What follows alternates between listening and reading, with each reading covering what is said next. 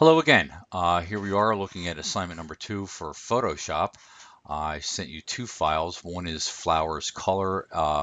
Both these are PSD files. The other one is colors BW, meaning black and white.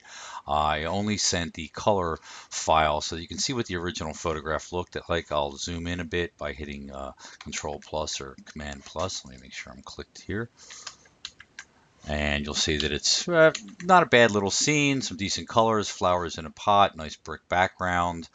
And your task here really is through colorization, stylization to really create like an emotional impact. That will be totally up to you which direction you want to go. So the first option to get to this thing, you actually have the file here, which currently, if I'll look at the image mode, is technically in grayscale. It is has not been desaturated. It has actually been changed where the pixels are actually just values of black and white that makes this a true grayscale image. This could actually be done by taking this color image here and saying image mode grayscale, click on that and basically discard all the color information, and then I would have this right here.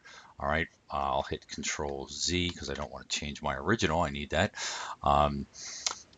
After that, I will pop over and I can use this as reference, or I can just know what it originally looks like and make my own, which is the great thing about digital media. I'll close this here. So what you'll be doing is through selections and blending modes and some overlays, you'll be able to color this however you want. So I will zoom into an area, click on the zoom thing. I can just click, or I can actually click and drag, and I'll take a look at these original colors here, these original flowers, excuse me. I will select this here. I'll pop over to my lasso tool, which is hiding right here, or use L. Learn a keyboard shortcut, one every day or at least one a week, and it will substantially help you.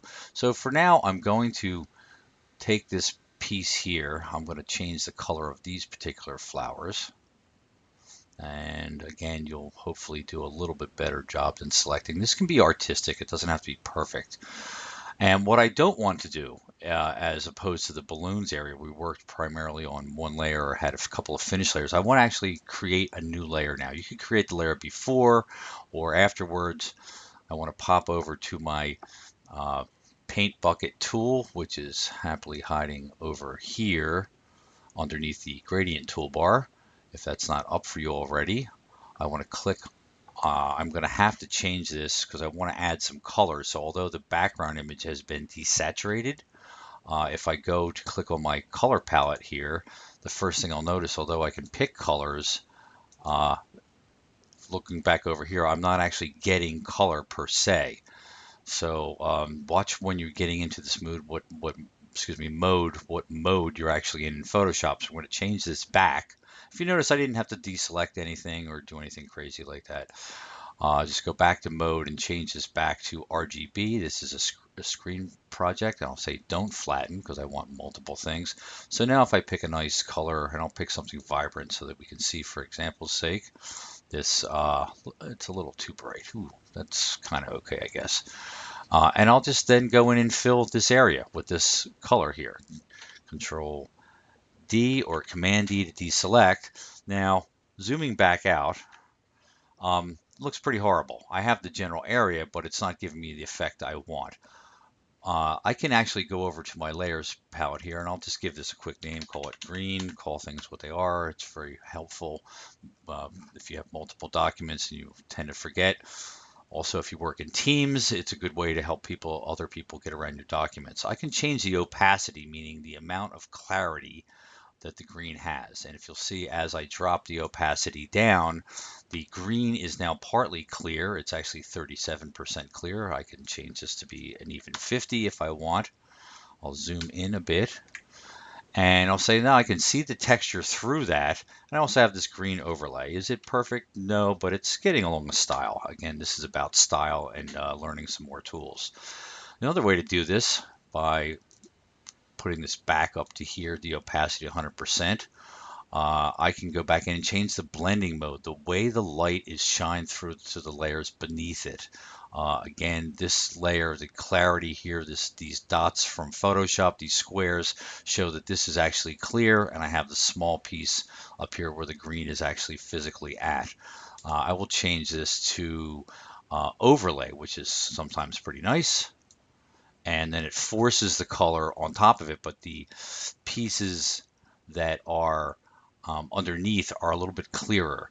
I can actually do a quick example here. Let me take another section. I will do this quickly. I'll make this one small red rose. That is so off, I'll redo it. I'll get it a little bit closer. All right, change my color to a nice brilliant red.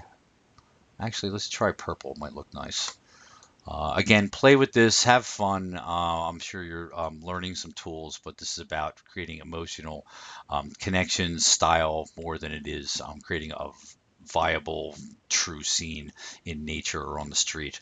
I'm going to make a new layer because I don't want this to be mixed with the green layer. Here, I will get my paint bucket out again. Here, I'll fill this area with that. Deselect. So I'm no longer selected, and from here I will change this. I will duplicate this layer first. We'll call this, it's actually a fuchsia, or close enough, closer than red. I'm going to duplicate this layer to show you two possibilities. The easiest way to duplicate the layer is to drag this down onto the layers palette. Now I have fuchsia and fuchsia copy. I'll turn this off. I'll turn this off for now too. Change the visibility. They don't actually delete. And this one here, I'll switch to darken. No, it's not quite right. I'll go back to our trusty overlay. Zoom in a bit so we can see what we're doing here. Turn that off. And this is a piece where I'm just going to drop the opacity down to about 50%. And what you can see here is that this, although it has the same type of color, it's not as vivid. It's actually reducing the brightness of the color, and also you can't quite see through it.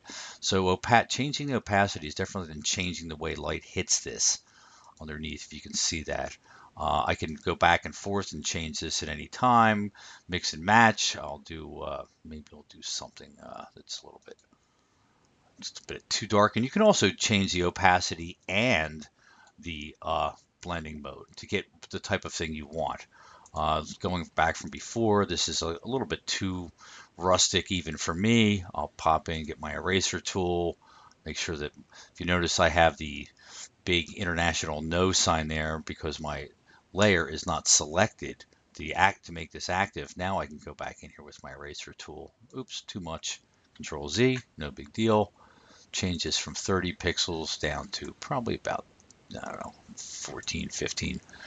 And I can come back in here and tweak this, whatever. And you want to go through this entire document and pretty much have this be your own. Here's my green. You can mix and match, Control 1, and it's starting to come to life. Whether you go Hallmark-esque, grunge, makes no difference to me. Try to put some style and some life into this. And you can paint the buckets, you can do the background colors. Remember the flexibility of turning layers off and on. I can come back in here and get all my brick if I wanted to, and change the brick to one area. Oops, way out of control. And then maybe in this case, I would make my bricks maybe a nice brown color down in here. I can uncheck the web only colors if that's up by default for you, and actually have more of a gradient, so I get finer tuning with what colors I want. I'll just say okay. Of course, make a new layer. We want to have a flexible, workable document. My paint bucket tool, put that in there. All right. And then from here, deselect, which is Control D. And of course, let's get into multiply here. Kind of getting a little bit of a scene going on here. Notice the two fuchsia pieces here over top of each other. I can add multiple phases. So whatever you think is best, visually appealing, and just sets the mood that you're wanting to create. That'll work for the flowers assignment. Alrighty.